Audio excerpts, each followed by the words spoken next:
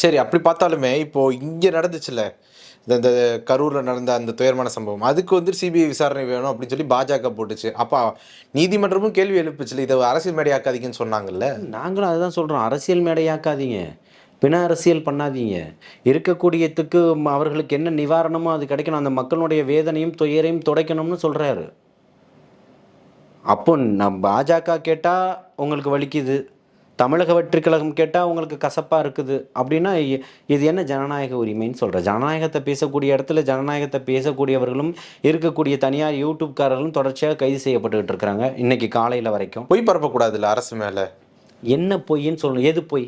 அப்போ அருணா ஜெகதீசன் அவர்கள் வந்து ஒரு ஆணையத்தை அமைச்சதுக்கப்புறம் நீங்கள் எப்படி ஒரு விளக்கப்படம் போட்டு காட்டினீங்க? அது ஜனநாயக இது பண்ணுறதா அர்த்தமா? ஜனநாயகத்தின் மீறின செயல் இல்லையா?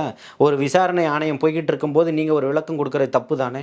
ஏன் கொடுத்தீங்க? அப்ப தமிழக வெற்றிக் கழகம் வந்து தாமேல தப்பு இல்லைன்னா அவங்க தானே ஆதாரத்தை ரெடி பண்ணணும். இல்லை, அவங்க ரெடி பண்ணலைன்னு உங்களுக்கு எது சொல்லி? இப்பவும் என்ன சொல்கிறாங்கன்னா, இவங்க ஒரு ஆதாரத்தை திரட்டிக்கிட்டு தான் இருக்காங்க. இப்போவும் இருக்கக்கூடிய ஆணையத்தை மேம்படுத்தணும்னு சொல்கிறாங்க. ஏன் மேம்படுத்தணும்னு கேட்குறாங்க?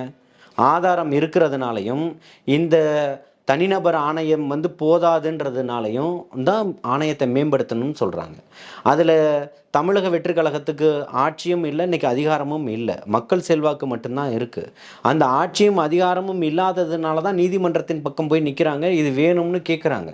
அப்போ ஏதோ ஒரு உண்மை ஒளிந்து இருக்குன்றது தானே அர்த்தம். அதை வெளியில் கொண்டு வரணும்னு தானே பார்க்குறாங்க. அது வெளிக்கொணர வேலையை அவங்க தான் பார்க்கணுன்றது தான் இன்றைக்கி அவங்கக்கிட்ட வச்சுருக்கக்கூடிய அதுக்காக தானே நீதிமன்றம் போயிருக்கோம்.